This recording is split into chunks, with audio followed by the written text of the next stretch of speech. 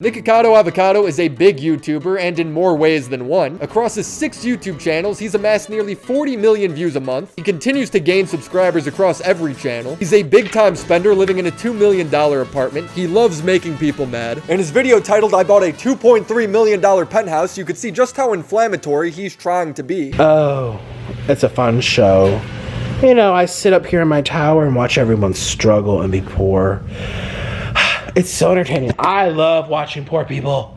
They struggle. Oh, I just need popcorn. I could sit here and watch them struggle all day. He's had a lot of drama on this website. Some of it's serious, some of it a complete troll, and some of it you can't tell what's real and what's fake. He's a really interesting character that I can't get enough of, and I think it's finally time someone talks about what Nick brings to the table other than copious amounts of food. I don't want these noodles. I don't want stupid noodles. My God, what do you even say to this?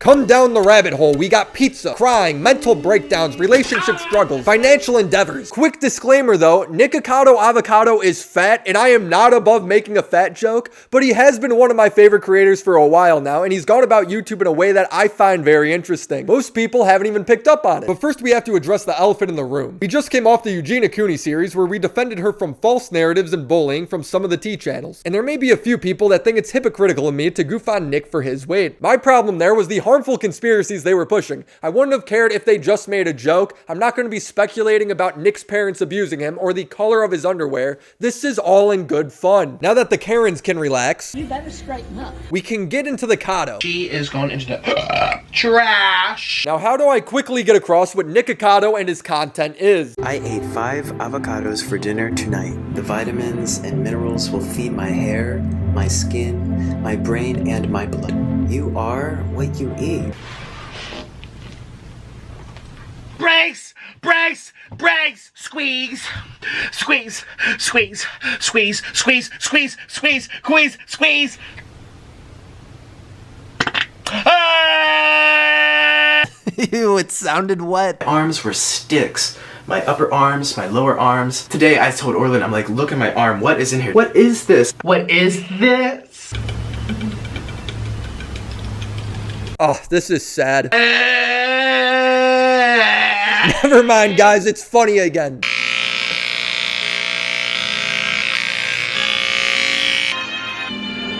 Oh, it just got sad again. There's so many people that fall into Nick's trap, so many creators that don't realize that Nick is largely just trolling. There will be a clip of him eating roadkill. Honestly, I don't know what that is. He'll then say one of his patented catchphrases. I identify as skinny. He's clearly just saying that to be funny to sell one of his t-shirts, but all these content creators take it so seriously. Where he would unironically state that he thought it was just stress or water weight and that food wasn't the problem. I'm hoping, I'm praying that this is just water weight.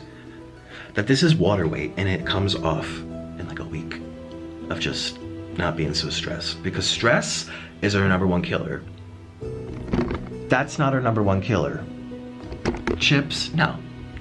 Our #1 killer is stress. Also believing that his weight gain was some kind of medical mystery. There is a medical mystery going on. There is something chemically imbalanced in me. Which were both pathetic justifications for the reality, being that he was simply eating too much food. Yeah, you're a real fucking detective. Sonny, he's trolling. He obviously knows why he's getting fat. The video's titled, "I'm getting fat and don't know why." It's meant to get a reaction out of people. Now, I don't know if creators are really this unaware of what Nick's doing or if they're just pretending to be ignorant of it for the entertainment purposes of their own videos. Soon enough, his videos spiraled out of control. For example, he claimed that David Dobrik stole his future and took his DNA. He stole my identity.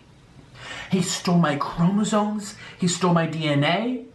And I don't know how to sleep now. Yes, he's very serious about this. This definitely isn't just a bit. Amazing documentaries, guys. I want to understand Nick's thought process. Nobody's explained it yet. When did his character come into play, and why has he changed so much since he started his YouTube channel? All these people make videos because they're shocked by what they see, but nobody tries to find out why he does it. He's constantly feeding his haters, feeding his controversies, ironically by feeding himself. It's time we get inside of Nikocado Avocado, figure out how his brain works. All right. Bedbound bite #4. Here we go.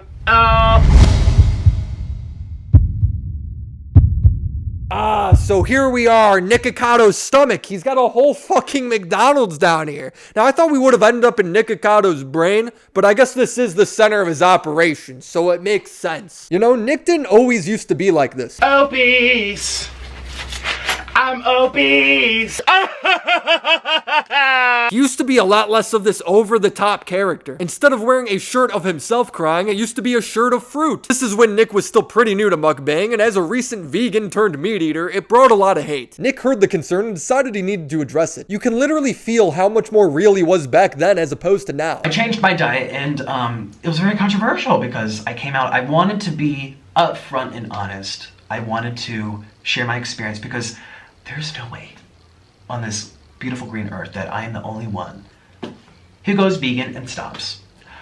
But I've noticed that I'm probably one of the only ones that talks about it and talks about the benefits from eating animal products. He was seen as a traitor by a lot of vegan YouTube. This is where the hate first started to really roll in. Every little thing I do, everything, people are trying to bring me down. People are trying to tear me down. People are knock me down to the ground. At some point during this time, I think he realized that he would never be seen as the good guy again, so he started to lean into the hate just a little bit more, mostly with his titles. He made videos like, "I'm getting fat and don't know why," even though he definitely knows why. He says he had diabetes and kidney failure, even though he didn't. This guy was so over the top, he ended up on Tosh.0. Hey, Nikocado Avocado, Daniel Molly Guacamole. Nice to meet you. How many videos are you posting a week?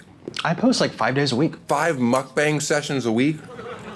You're gonna die. I know. You seem to be riddled with diseases, but they're all self-diagnosed, so I'm calling bullshit. You said in your videos that you have chronic coughing syndrome, diabetes, kidney failure. Okay, I thought I had kidney failure. I actually turned out not to. Okay. And I thought that I had diabetes. I actually turned out not to, too. Nick, of course, makes a video clickbaiting drama like he's mad at Daniel Tosh, but if you watch the video, he talks about how much he loved it. Where I think Nick took that final step is when he got into the Stephanie Soo drama. Stephanie Soo is another mukbang YouTuber. They did a series of collab videos together, but you could tell something was off. What would you like to say? Thank you for watching us eat these. Nick was in drama with someone named Veronica Wang. Nick at this point loves drama and recognizes the views that can get pulled from it. So he tried to pressure Stephanie into going into the drama with him, even though she didn't want to. It stressed her out so much that she had an anxiety attack and blew off Nick on their last collab video. For some reason, she made up some dumb excuse instead of being upfront with Nick. So Nick understandably got mad because he wasted 5 hours waiting for her and made a vague post threatening to make a video on her. Stephanie saw this, got scared she would lose subs over it, and made a video on Nick first. And this is kind of when I first felt really uncomfortable because Nick said it very assertively, "We're gonna talk about Veronica and we're gonna spill all the tea." And I was kind of confused because I was like, oh, whoa. What? Nick wanted to start shit with another YouTuber. Stephanie didn't want to. Big deal. If you want to expose Nick for being a bit of an asshole, that's fine. Where this starts to go off the rails, though, is when she implies that Nick was a physical threat to her. At this point, my home safety is kind of in question. What? How? I feel like I've been manipulated by fear, that I can't say no to him. I just want to take back my power to say no. Not feel like someone's holding this thing over me and threatening me. Did he sexually assault you? She makes it seem like it. Nick, of course, didn't. She's just overreacting. She's blowing this dumb drama way out of proportion. Where this gets kind of fucked up is Stephanie was sexually assaulted years before. No, it wasn't by Nikocado Avocado. She admits he did nothing to her. It's not like he held me against my will to film these videos. I just can't explain this fear. And I just was so scared that I sounded crazy. Because you're a grown woman, you had a car, you could have left, you could say no. But I truly felt in that moment, after everything that's happened, that I couldn't. But how do you explain that to someone? Because they would just look at you and say, yes, you could. She then goes on and compares this feeling she's having with Nick wanting to talk shit about another YouTuber to her actual sexual assault story. The only way that I've ever felt like this to any degree in my life prior to Nick was a couple years ago. And I vowed I would never find myself in a position like that ever again, where I felt like no really didn't have a lot of power. And because Nick was already viewed as a bad guy, this was finally an excuse to cancel him, just because this girl cried. At this point, Nick is talking about, what are we gonna eat tomorrow? And At this point, I'm really just trying to go home without angering him. Now, I want to address this interview that Nick had with Mel Magazine where he claims that the drama with Stephanie Soo was 100% fake. Now, I'm pretty sure almost all of Nick's drama is fake, but this one I'm pretty sure was real. Let me explain. When Nick responds to most YouTube dramas, this is how he usually acts. Who is this person? Who are you? When you're speaking about other people in a degrading way that they're revolting and disgusting. And it's your fault!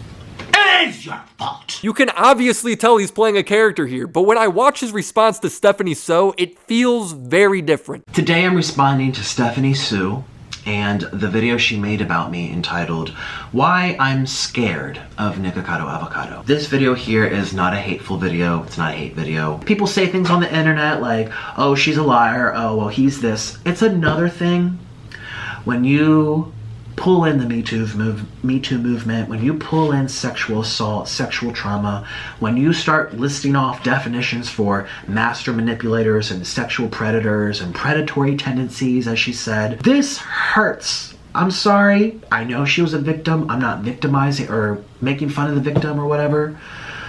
I'm sorry. No one deserves that to happen to them. But why is this being thrown back to me?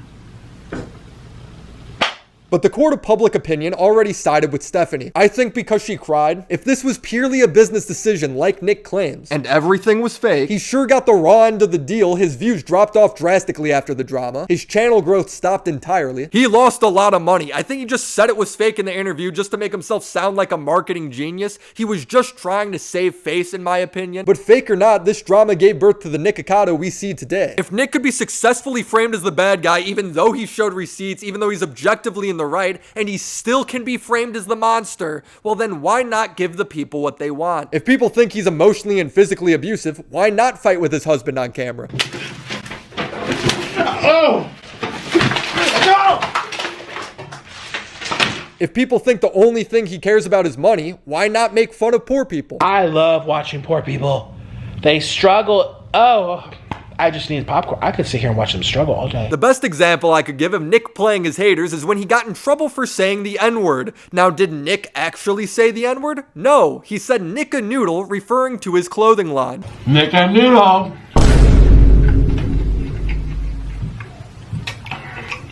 Nick-a-noodle. I guess when he's got food clogged in his throat, it kind of sounds like the N-word. It's not what he meant, though. When most other YouTubers find themselves in this sort of controversy, they usually take down their video and explain themselves. Now, Nick did take down the video, but he also realized that people would be mad at him no matter what explanation he gave. So he re-uploaded the video to Patreon and pinned a comment saying, "Watch me say the N-word on Patreon," and hid it behind a $25 paywall. Basically, what I'm saying is everything Nick does is fake. The fights with his husband, his response to critical, his reactions to ugly animations about him, it's McJuggernuggets, it's reality TV, it's the equivalent to WWE. He's got a storyline with his husband that spans across 6 channels, 7 if you count his husband's channel. The title of his newest video is Nick Left Me. Wow, that's crazy since all the links to his channel still go to Nick's merch store. A channel that started with a young man being himself on the internet is now anything but. When he saw that he couldn't be given a break, even in a situation where he was clearly in the right, that's when the modern day Nikocado Avocado was born. Every drama, he turns himself into a joke. That's why his views are huge. That's why he's constantly gaining subs. Nick really impresses me. He was able to take a bad situation where everyone wanted to see his downfall and turn it into a financially successful one. But there is one part of Nick that's real, and that's the amount of food he eats. The proof is in his belly. This can't go on forever, and it's sad because I'm sure Nick feels a little bit trapped as a creator since this is what has made him so successful in the first place. But Nick, you're a really entertaining guy. I'm sure you could make a really engaging show if you wanted to lose the weight. Think about it. You could fight with your trainer, he could quit, you could relapse and eat a whole pizza. There's no shortage of drama there. I love talking about some of these more over-the-top characters on the internet because they aren't perfect. They are problematic, as the nerds of the internet would say. What, you want to get rid of them? Are you a piece of wood? Is your entire life the equivalent to wet cardboard? Stop being so plain. Some of us enjoy the spice in life, and Nikocado Avocado is that. We're filming. Let's go. I don't want to be in your video. It doesn't matter what you want. I'm right. You're wrong. wrong. I'm big, you're small, and there's nothing you can do about it. Nikocado Avocado, large and in charge, baby. Shout out to the Patreon homies. Drop Z, Broke Wings, Anonymity, Hellison, Nebulous Shooter, Phoebes, Crimson Glass, Your Taxi, Riveter, Jacques is Lazy, Christina Vina, and the mega homies. Reynold Hughes, Mercelin, IGP, Nesquick, Bold Boy Ajax, Yuri Kanapog, Cone, Jason Johnson, George's Lost, Zombie Fox, Murray Joel Sanchez, and Spartan McCowell. These people are the backbone of the channel and allow me to make the kind of videos that I want to make. I'm so grateful for what these guys do for me. Now, I love Nick, but his videos do make me feel greasy and gross, like I need to go take a shower, so I'm gonna go do that. Now how do I get out of here? Ah, shit.